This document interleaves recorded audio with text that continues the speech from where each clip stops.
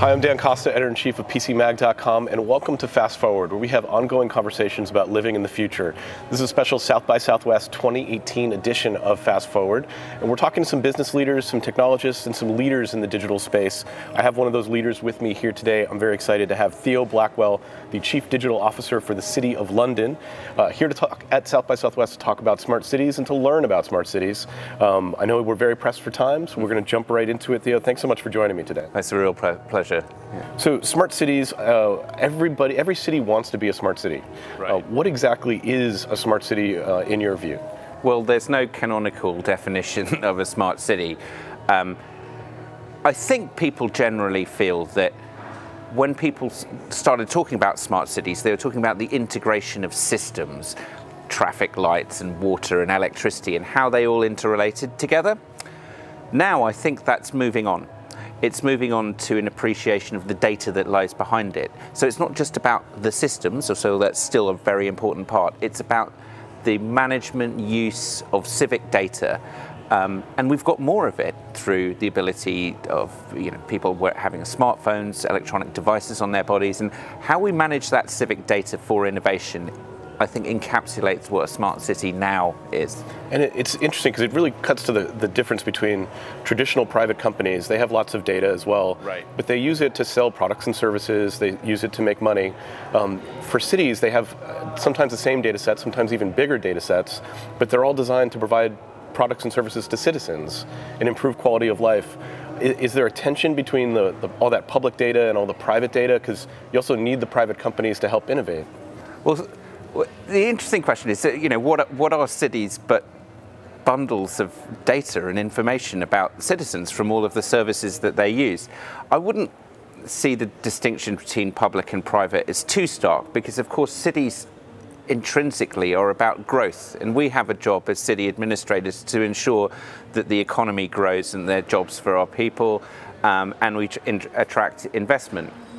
But I think the relationship between private data and the ownership of private data and how that's exploited, and perhaps a slightly different view of data on a civic level of how it's used for civic good, is the one that's really being teased out now when we talk about what a smart city is.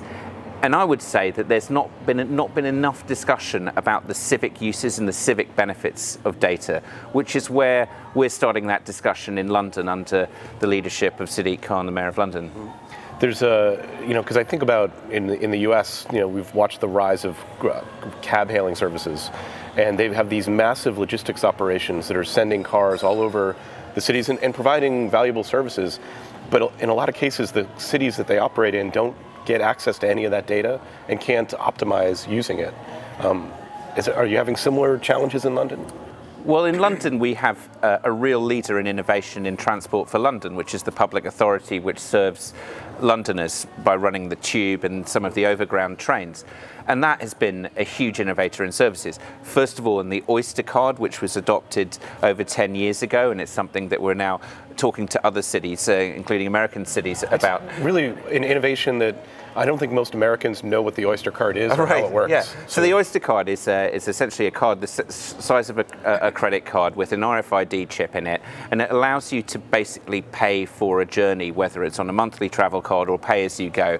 And the information that we gather from that allows for different pricing models for citizens, so people can get discounts and a deal through that.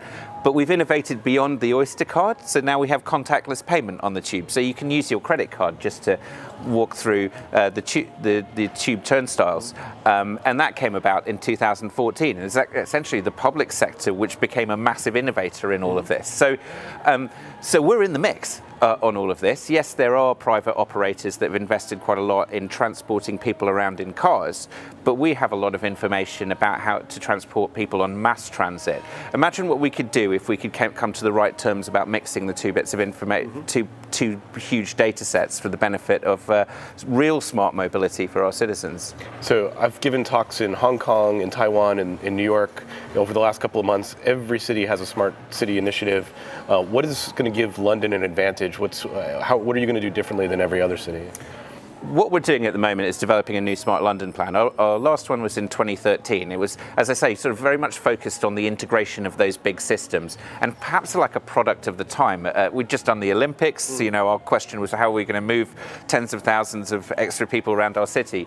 Now our focus is, we'll continue to look at those traditional, shall I say, smart city initiatives, but now we're looking at all of the different public agencies, how open they are to discussions with the tech community. How do we express needs in the way that the tech community can understand? And what lies behind that is our use and management of our own data, and the capability of our public servants. So digital capability of our public services is an area that we really want to invest in. It's in a sense sort of stepping back, taking a view of where we're at, and we've come to a conclusion that we need more digital leaders in our city. So we're going to focus on the human side now. So what does that look like? What kind of applications do you see coming in the next 5 years? It's about approaches. It's about service design standards, such as the ones popularized by the Government Digital Service on a national level, being adopted locally. It's about the adoption of common standards across all of the silos of our city government. And remember, London has City Hall, which is a strategic authority. Then it has 32 boroughs, each of which are about 250,000 in population, so kind of size of a city in their own right. It seems, correct me if I'm wrong, it seems like they're fairly independent and sometimes have their own ideas of how they want to manage themselves. So we're kind of up against history a little bit there.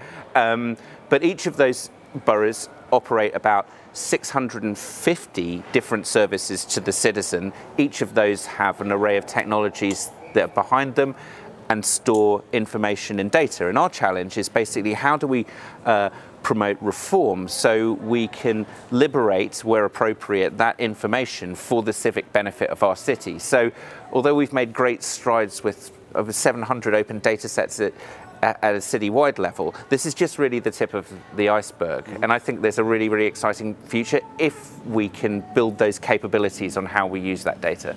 One of the enabling technologies for smart cities is going to be the rollout of 5G, 5G technology. It seems like we're going to have a common set of 5G platforms and technologies that we'll be able to use across the globe. What's the state of 5G rollout in London?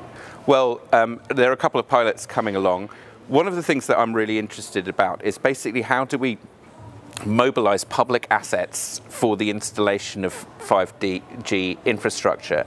So what we've done for the first time is bring together public agencies using the transport network as a sort of stimulus for it to identify hospitals, housing estates, schools, bits of street furniture, all for the potential installation of this infrastructure.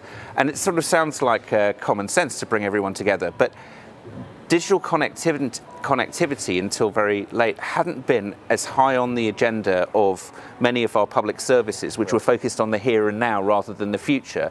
And what the mayor has done in appointing a chief digital officer and assembling a team is saying, let's face the future here, and how do we use our own public assets in order to be the stimulus for innovation? So that's really, really exciting, because London is covered with public assets that we can use to improve connectivity. Yeah, the streetlights in the United States everybody wants to put 5G on the streetlights. Sure. This is the first step. Yeah, but then there's many more. But we're looking at sort of like almost hundreds of thousands of sort of brick-shaped objects, which will almost be sort of ubiquitous, in a number of years' time. So, why not use our public assets for that? What stumbling blocks have you hit as you're trying to push smart cities forward?